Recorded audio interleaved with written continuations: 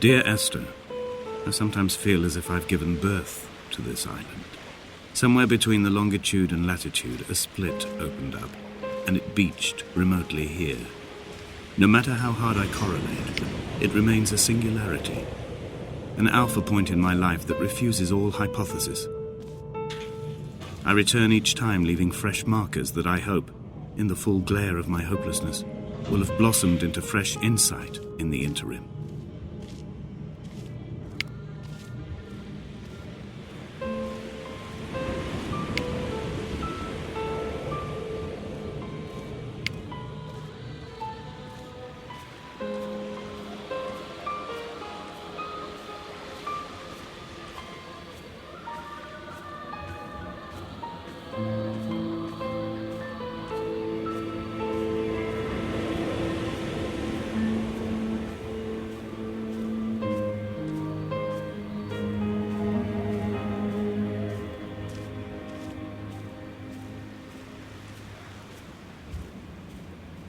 Donnelly reported the legend of the Hermit, a holy man who sought solitude in its most pure form.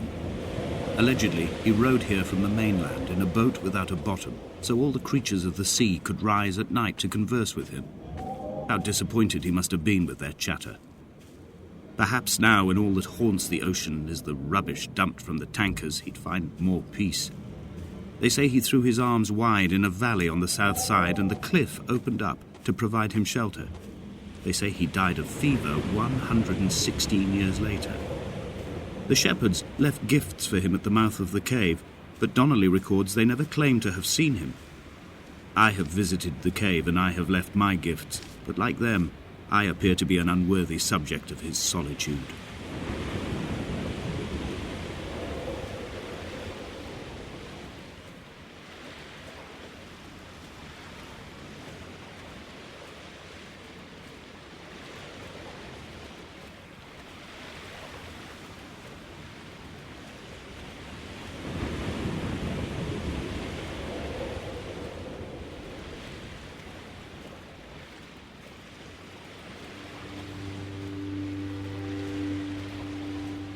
There was once talk of a wind farm out here, away from the rage and the intolerance of the masses. The sea, they said, is too rough for the turbines to stand. They clearly never came here to experience the becalming for themselves. Personally, I would have supported it. Turbines would be a fitting contemporary refuge for a hermit. The revolution and the permanence.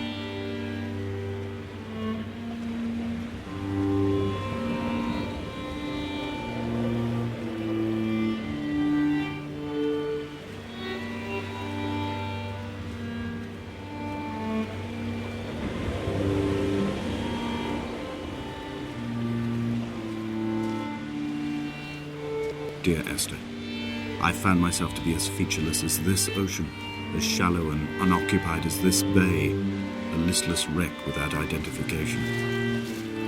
My rocks are these bones, and a careful fence to keep the precipice at bay. Shot through me caves, my forehead a mount. This aerial will transmit into me so. All overexposed, the nervous system, where Donnelly's boots and yours and mine still trample. I will carry a torch for you. I will leave it at the foot of my headstone. You will need it for the tunnels that carry me under.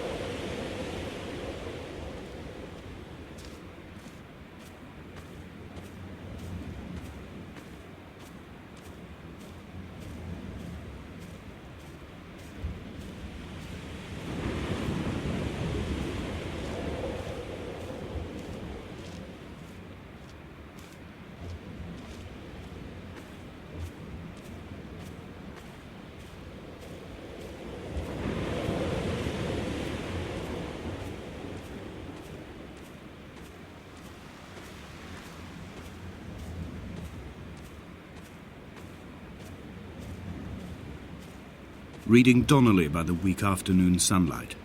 He landed on the south side of the island, followed the path to the bay and climbed the mount.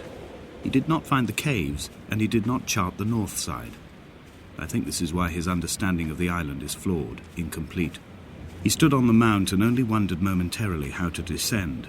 But then, he didn't have my reasons.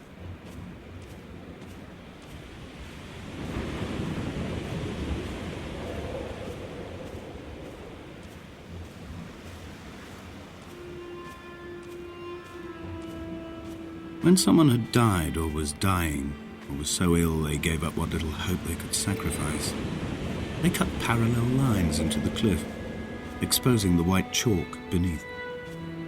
You could see them from the mainland or the fishing boat, and know to send aid or impose a cordon of protection, and wait a generation until whatever pestilence stalked the cliff paths died along with its hosts. My lines are just for this: keep any would-be rescuers at bay. The infection is not simply of the flesh.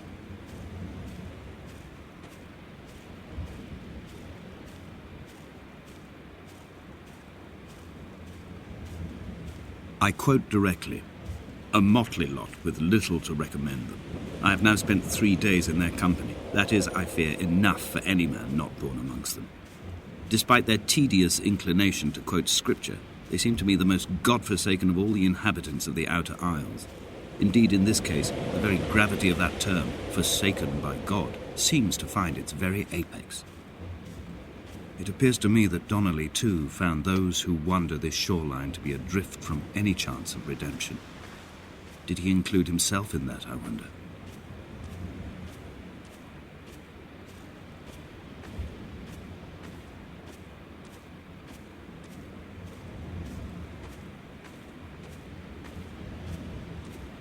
Dear Esther, I met Paul. I made my own little pilgrimage. My Damascus, a small semi-detached on the outskirts of Wolverhampton. We drank coffee in his kitchen and tried to connect to one another.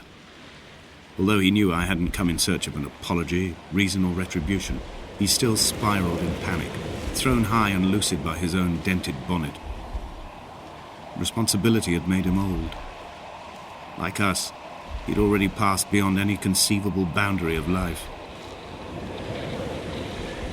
I threw my arms wide and the cliff opened out before me, making this rough home. I transferred my belongings from the bothy on the mount and tried to live here instead. It was cold at night, and the sea lapped at the entrance at high tide. To climb the peak, I must first venture even deeper into the veins of the island, where the signals are blocked altogether. Only then will I understand them, when I stand on the summit and they flow into me, uncorrupted.